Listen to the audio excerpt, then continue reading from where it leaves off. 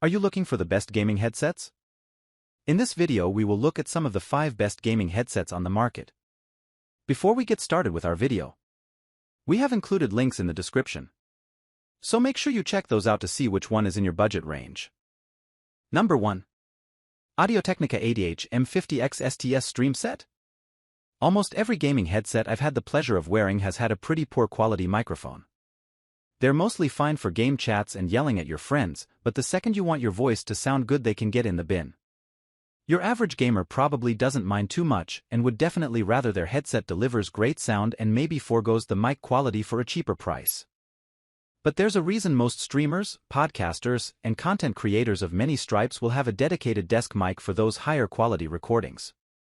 Even our absolute favorite gaming headsets fail to go toe-to-toe with an okay quality desktop microphone. Audio-Technica's new ADH M50X STS Stream Set headset says hell no to that, spend all that money on me instead. The ADH M50X STS Stream Set isn't exactly a budget headset, but in no way is that the aim. It's absolutely a high-end closed-back headset. Listening to music is a lovely experience in the ADH M50X STS, which I kind of expect for an Audio-Technica headset. These are essentially a rebuild of the ADH M50X, so they're brimming with that good sound DNA. It's well balanced with little details shining through in songs. A little bass heavy in the way that all headsets tend to be, but it's fairly mild and the bright treble and warm tones are lovely to be immersed in. The outer housing for the stream set is pretty minimal as the whole thing only offers one button, a pressable scroll wheel. All it does is turns off the monitor mode and adjusts specifically the volume so you can monitor your own voice to your headset. Monitor mode can be pretty off-putting, but I noticed myself using it far more with this headset than normal, allowing me to get a good feel for what my voice sounds like. Number 2. Beyerdynamic DT900 Pro X. The very same qualities that make the Beyerdynamic DT900 Pro X perfect for long hours of critical listening, mixing, and mastering of audio are great for gaming. And you get everything needed in a set of headphones. These are extremely well-built headphones with a level of comfort that is hard to beat. Forget even lambskin leather, these pads wrap your ears with heavenly comfort. The huge circular velour pads completely cover the ears and fellow bespectacled gamers won't face any discomfort either. I don't know how long they'll last, but thankfully, they are replaceable. The spring steel headband has memory foam padding and keeps those muffs well clamped to your head, which gives the excellent sound seal despite the open back nature. While you can hear your environment, it's not as transparent as something like my Drop PC38X. Initially, the clamping force was way too strong that I couldn't comfortably wear them for longer than an hour. I had to manually stretch them out over a few days and now they're perfect for me.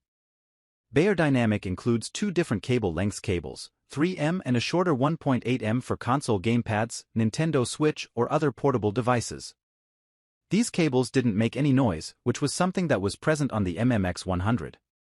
The low power requirement of 48 ohms allows you to use the DT900 Pro X on almost anything without needing an amplifier too. As an open-back style headset, the DT900 Pro X surprised me with how punchy the audio is, unlike the somewhat anemic, airy audio I've experienced in other open backs. The stellar .45 driver employed here is perfectly tuned for a flat profile that slaps whatever you're listening to. From classical sonnets to Snoop Dogg bass hits, nothing sounded bad. Forget your typical bloated gamer bass. The DT900 Pro X is almost surgical in precision, allowing me to hear layers of bass that hits just right without ever dominating and muddying the equally sharp highs. Beyer really wasn't kidding when they said these cans are for critical listening. You hear everything. I've only recently started playing the exceptional Ghost of Tsushima, and these headphones bring the game world to life in a way that's just hard to describe. Being open-back, the audio has room to breathe, giving it a more natural sound that has you stopping to check if what you're hearing is in the game or the real world. Listening to the sounds of rushing streams, birds chirping, and oh boy, the guiding winds blowing through the gorgeous forests and fields truly made me feel like I was in the world. Number 3. HyperX Cloud Alpha Wireless. The HyperX Cloud Alpha is perhaps the most praised thing to exist on this site. We all love it on the team, and now HyperX has cut the cord on its best pair of cans. The biggest drawcard for this headset is the new huge battery. You're looking at up to 300 hours of battery life in wireless mode while still keeping the headset relatively light and comfortable. It's a pretty massive feat, and I feel HyperX has pulled it off. Out of the box, this unit was reporting having about 80% charge, so I decided to leave it there to see how well that held. I spent a workday listening to music and checked the battery again. I swear it still said 80%. I have been using this thing for gaming and music listening pretty consistently for the past week, and we aren't even at 50% battery yet. That impressive battery life is, of course, a best-case scenario. A lot of that has to do with the volume you're running the headset at, and volume is probably my only real complaint. It's absolutely loud enough, but I can listen to it at full volume and still be fairly comfortable. Number 4. Corsair HS55 Stereo. Considering its budget-friendly price tag, Corsair's HS55 delivers an impressive package of quality audio, a handy microphone, and a good build quality. Not often will you find such a well-rounded headset going for so little. The HS55 headset is much comfier than Corsair's previous budget models. The plush ear cups on the HS55 make for a stark comparison to the HS50's stiff and unbudging foam. The HS55 is also lighter, at 284g, which has a big impact on comfort over long periods. I wore this pair for the better part of a week, 8 hours a day, and I didn't feel the urge to throw them off at any point. They can be a little sweaty on hot days due to the leatherette material they're covered in, but that's a pretty common drawback among gaming headsets in this price range. The biggest shake-up is the microphone arm, which is now attached permanently to the HS55's left ear cup and can be flipped up and out of the way if no longer needed. This is definitely an improvement over the previous HS50, which had a removable mic via 3.5mm jack. Don't judge me, but I've lost my fair share of headset microphones in my career, but I'm not a huge fan of leaving the mic in front of my face all day when it's not in use. A flip-up mic is a much better option, so glad to see one make the cut with the HS55. The microphone sounds great anyways, and that's what really counts here. I'm really impressed with just how clear the HS55's microphone is. The subtle tones and nuance of my voice's luscious timbre, in my opinion, come through accurately in testing, which you can listen to below. There's a surprising level of clarity in this mic, even in the lower ranges, and it's a really great solution for a budget headset.